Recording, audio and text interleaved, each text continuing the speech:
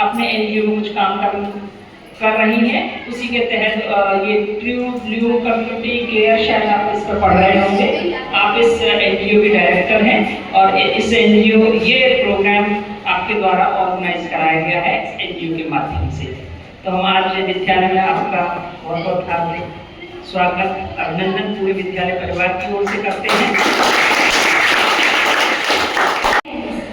Myself Parak Saxena and myself Bhakti Varpe.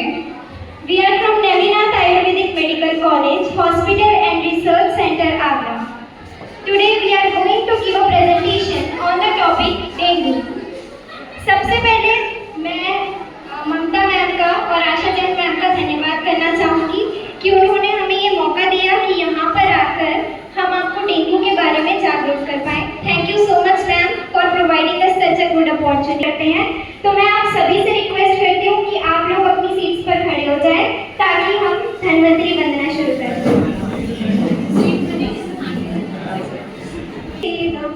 सुरासुरे वंदित पाद पद्मं लोके जरारुक भय मृत्युनाशं धातारमीशं विविधौषधीनां च व्योमवातावलिवारिवलनं पंचम प्रपंचात्मकं देहभार। आपको बताना चाहूंगी कि हमने अपना टॉपिक जो है वो डेंगू क्यों चूज किया।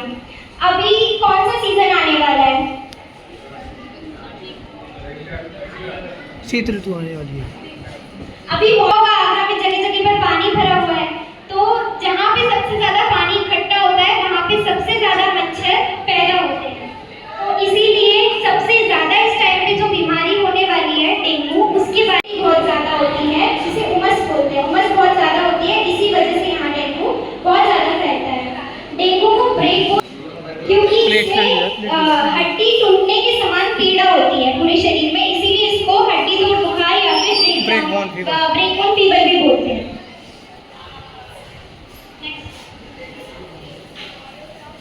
Causes of dengue. Dengue basically dengue virus की वजह से होता है, जो फ्लैवी वायरस होता है। फ्लैवी वायरस मतलब फ्लैवीवायरिडे फैमिली से बिलोंग करता है। फ्लैवीवायरिडे फैमिली में और मेंबर्स होते हैं, जैसे जीका वायरस हो गया, जैपनीज इंसेफेलाइटिस वायरस हो गया। ये सब इन सब की कॉमन चीज है। ये सारे वायरस जो भी है वो मॉस्किटो के थ्रू ही स्प्रेड होते हैं। मतलब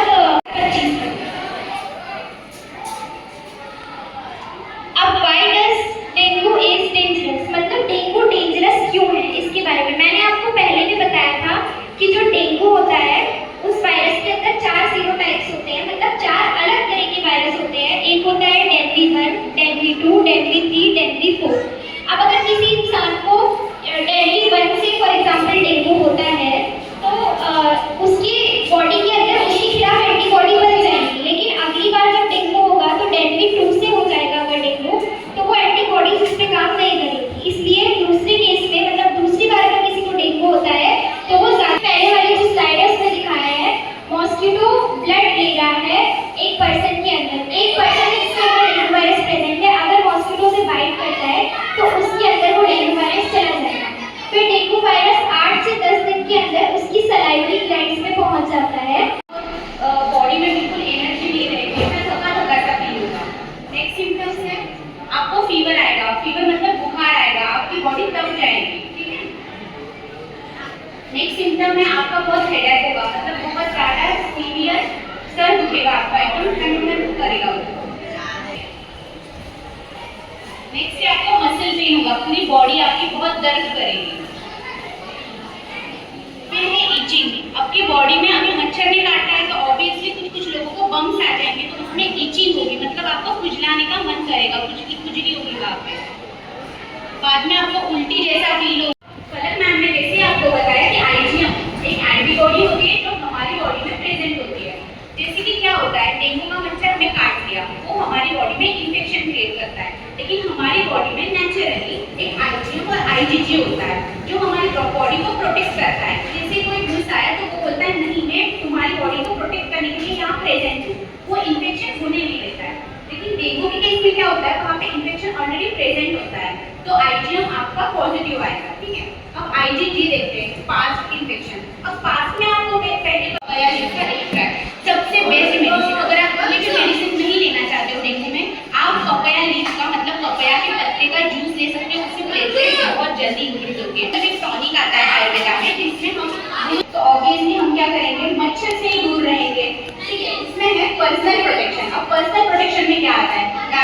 सोते टाइम हम वो मॉस्किटो नेट यूज कर सकते हैं ताकि हमें मच्छर ही ना काटे।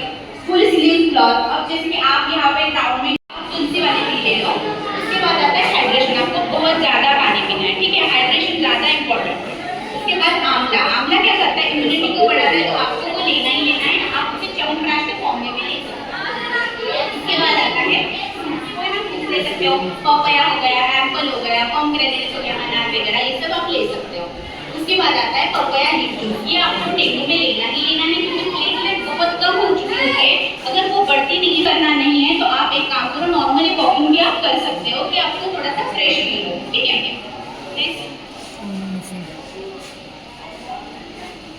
तो अभी जैसे कि पलक मैम ने आपको स्टार्टिंग में बताया था कि हम लास्ट में आपको क्विज पूछेंगे।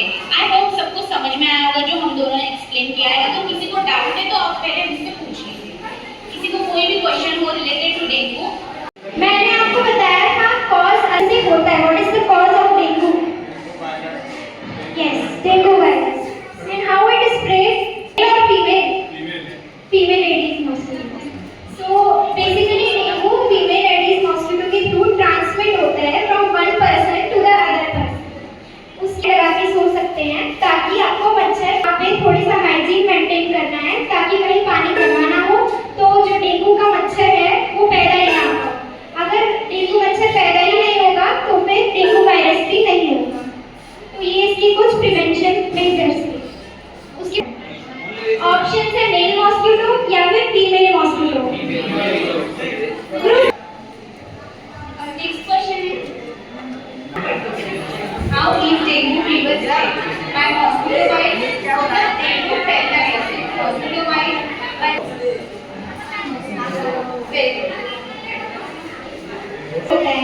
Anopheles mosquito, Aedes mosquito, Culex mosquito या dragonfly? Correct. What is the common symptoms of dengue? Dengue का एक कॉमन सिम्टम मैंने बताया था, लक्षण कौन सा है? टू दैट मतलब दांत में दर्द, हाई फीवर एंड रन मतलब बुखार और दर्द, फिर हियरिंग लॉस मतलब सुनाई ना देना, और हेयर लॉस मतलब hair loss. Very good.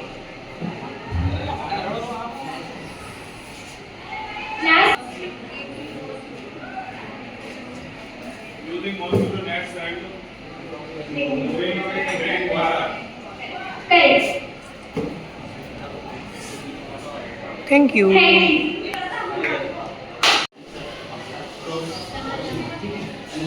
Thank you students, specially आपने सुना सब कुछ है ना कि सफाई ना कि स्पेशली गंदगी ना करे।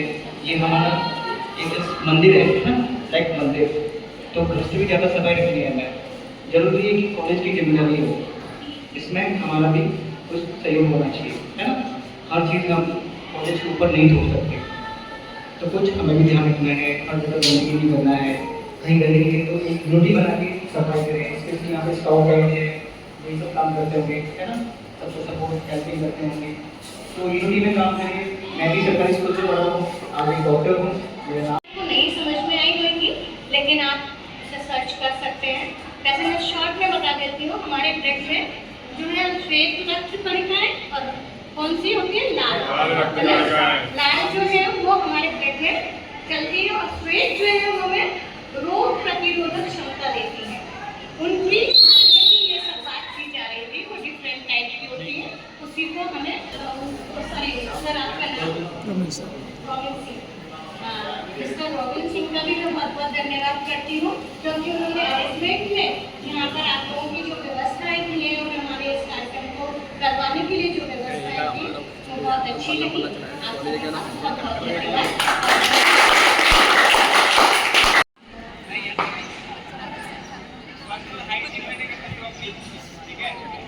कपड़े पहन सकते हैं, पूरे कपड़े जहाँ हमारे हाथ और पेट ढके हुए, और रात को जो मछली है सर, ध्यान रखना, ठीक है।